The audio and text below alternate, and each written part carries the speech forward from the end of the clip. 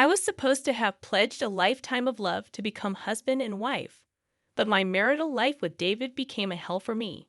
His parents doted on him, and he prioritized them over me, making unreasonable demands. I refused to let them ruin my life. To punish everyone, I concocted a surprise. My name is Alyssa, and I'm 29 years old. I've been married to David for a year now. We work at the same company and often collaborate on projects. Although I don't have a college degree, I've been with the company longer and have more experience than him. Despite being a high school graduate, my good sales performance has earned me a decent salary, as our company values ability over academic background.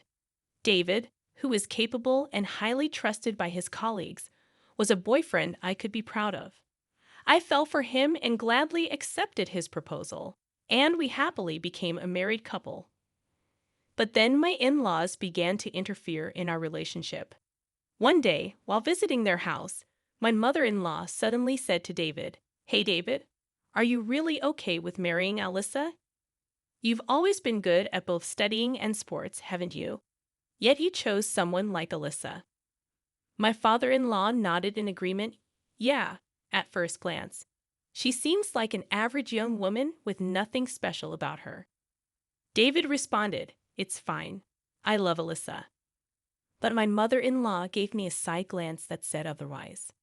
I felt humiliated but kept my composure to maintain a peaceful marital life, avoiding conflict with my in-laws as much as possible. On another occasion, my in-laws started complaining in front of me. "Hey David, are you really okay with your current workplace? Isn't it a place where even high school graduates like Alyssa can work?" David replied, "The pay is good, and I have good colleagues." His parents continued, "You're smart. There must be many other good jobs out there." I seethed inside but stayed silent, believing that responding would mean losing. I did my job well and sometimes even earned more than David. It was clear I didn't have a good impression of my in-laws, who judged based on academic background or appearance. However, they didn't physically bully me, and I didn't suffer much direct harm. David knew from the start that I was a high school graduate, and he always told me, "I love everything about Alyssa." I took pride in my achievements at a company that valued ability over academic background, and I believed David was on my side. However, after a while, an incident broke out. Out of nowhere, David began speaking of something unbelievable. "Hey, I've been thinking. I've decided to switch to a different job." "Wait, what? What are you talking about all of a sudden?" I asked, stunned. "I was talking to my parents and realized our company even hires high school grads like you, Alyssa," David said. "I have a college degree, so there must be a better job out there for me." "Are you serious? You're insulting both me and the company," I retorted. "But it's true, isn't it? There's no need for me to work at a job that even a high school graduate can do. Plus, my mom said she could introduce me to a job through someone she knows." "Stop it. We are blessed with a good work environment, and now you're saying something like this." "You're nagging." I finally realized I'm not someone who should be stuck in a place like this. It was clear his parents had influenced him, and he convinced himself that he was too good for our company. The very next day, without discussing it with me, he submitted his resignation and left the company.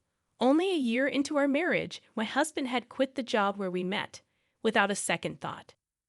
He switched to a factory job his mother arranged, where his salary dropped to about half of what it was. The only advantage was that it was close to home, making commuting easier. About a week after starting the new job, he began to complain. "That guy, even though he never went past middle school, has the nerve to tell me what to do," David said, scattering his clothes about. "Wait, why are you so angry? If you make such a loud noise, it's going to bother the neighbors," I tried to calm him. "Shut up? Why do I, a university graduate, have to be bossed around by a low-level boss who's just a middle school graduate? You just started there. It can't be helped. He's your boss, right? I don't care. He can't even study, but he has the nerve to boss me around. Damn it. Who's the real problem here? What can a newcomer do without instructions from your boss? You chose to switch jobs, so bear with it a little. I know that already. Would he be able to continue at his current workplace? How long could he endure the situation? My attempts to soothe him only worsened his mood. Every day became a struggle to get him to work. My doubts were confirmed when he caused a major issue at the factory. You broke the factory equipment, I exclaimed, shocked. My husband slammed his hand on the table. It's not my fault. It's that damn boss who pissed me off. But that doesn't mean you should break the factory equipment. That's absolutely unacceptable. What were you thinking? I had no choice. That guy was bossing me around even though I'm a university graduate. His boss, who had only graduated from middle school, had criticized David for not working seriously. In response, David insulted his boss's academic qualifications.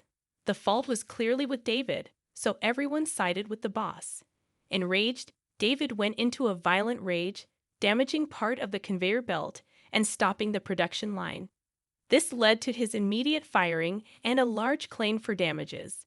Since it was a factory his parents had introduced, they had to pay the damages as well.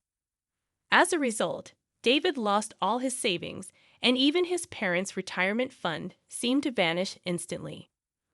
My parents are struggling right now, but they're moving into this apartment next week, David said. I let out an absurd gasp of surprise. Living together. I never heard about this, I protested.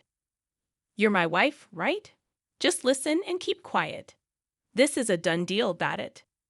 With those words, David left the room, slamming the door. A few days later, my in-laws actually moved into our home. I thought it was a joke, but it became my harsh reality. Living together was absolutely impossible, so I confronted them directly. Father-in-law, mother-in-law, living together is a problem. Shut up. It's your fault our son couldn't make it at the factory, my father-in-law snapped. That's right. You neglected David's mental care, didn't you? Added my mother-in-law. Wait a minute. How is this my fault? I asked, bewildered. Can't you shut up? Our life is a mess because of you, they continued. That's right.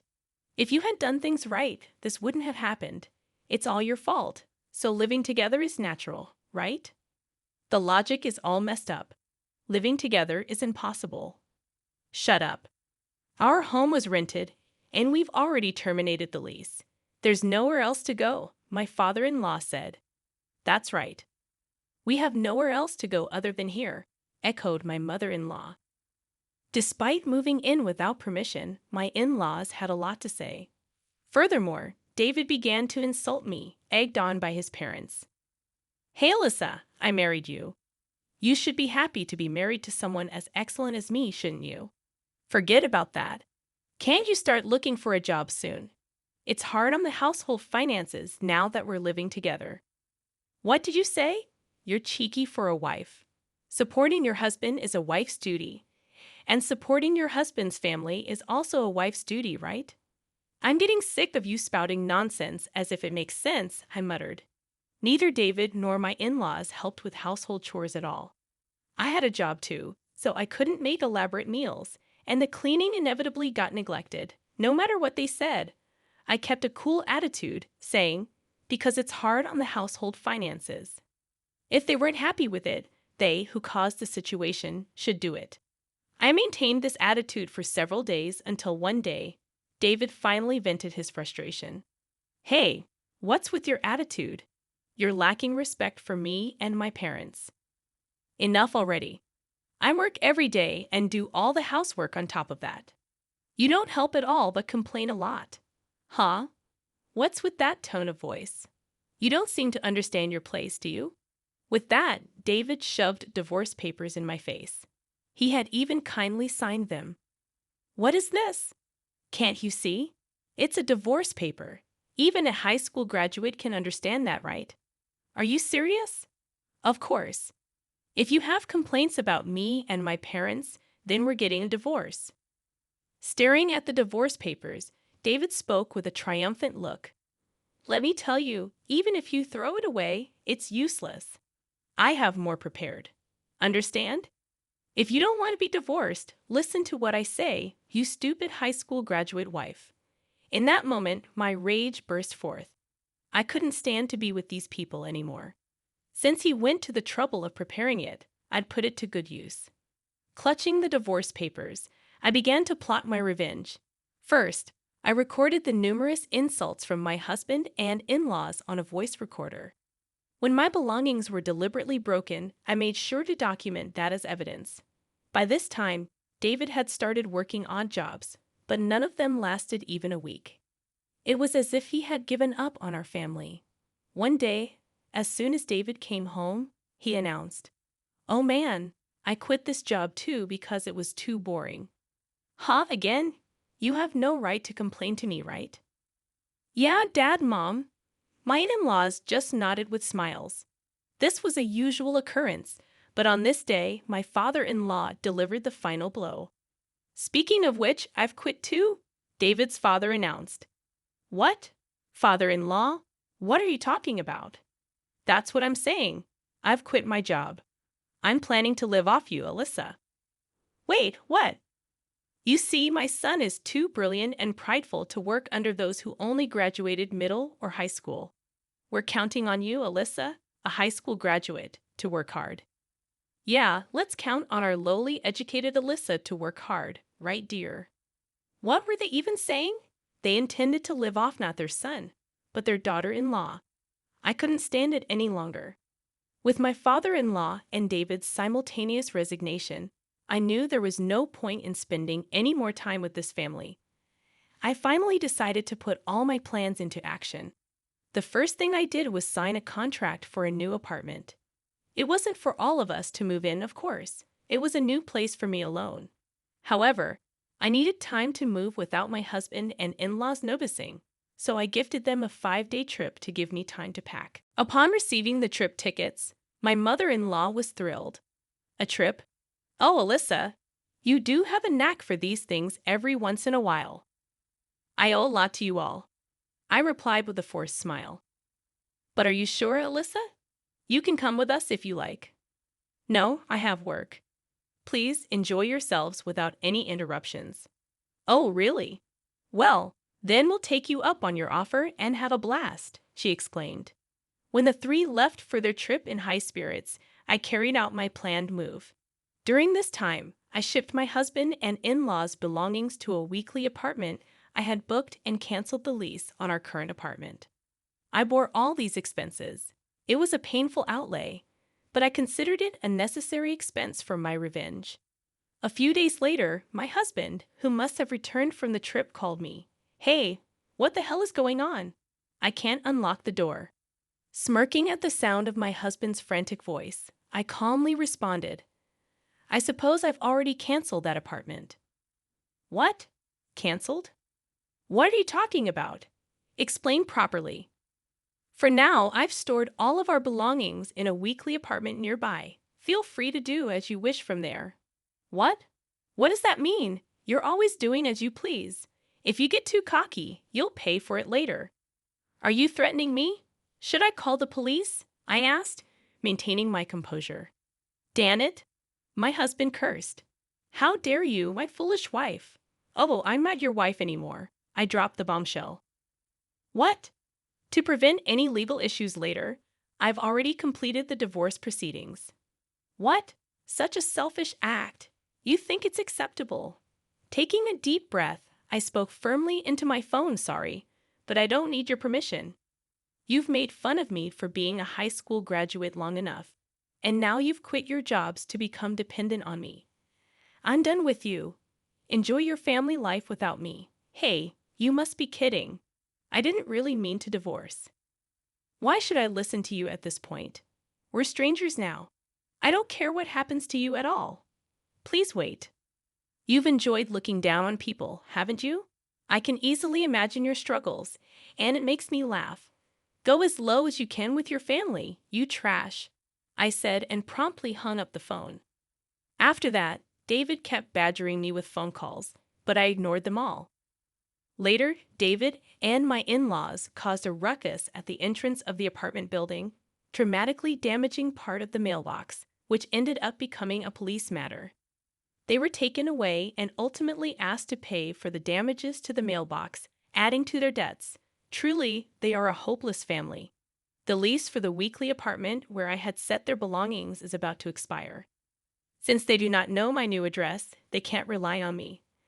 I can't help but wonder how David, who quit his job at the same time as his father, and his stay-at-home mother are going to survive from here on out. To make matters worse, my in-laws have even canceled the lease on their rented family home. I can almost see them sinking into a bottomless swamp. I can't help but admire my well-executed plan. I don't know how they're going to survive from here on out, and frankly, I don't care. But it's clear their future isn't bright. They brought this upon themselves. On the other hand, I am living carefree in my new home alone. Being able to spend my time leisurely without anyone bothering me is the ultimate bliss. For the time being, I don't think I'll be living with anyone else. From now on, I plan to thoroughly enjoy my time free of any worries.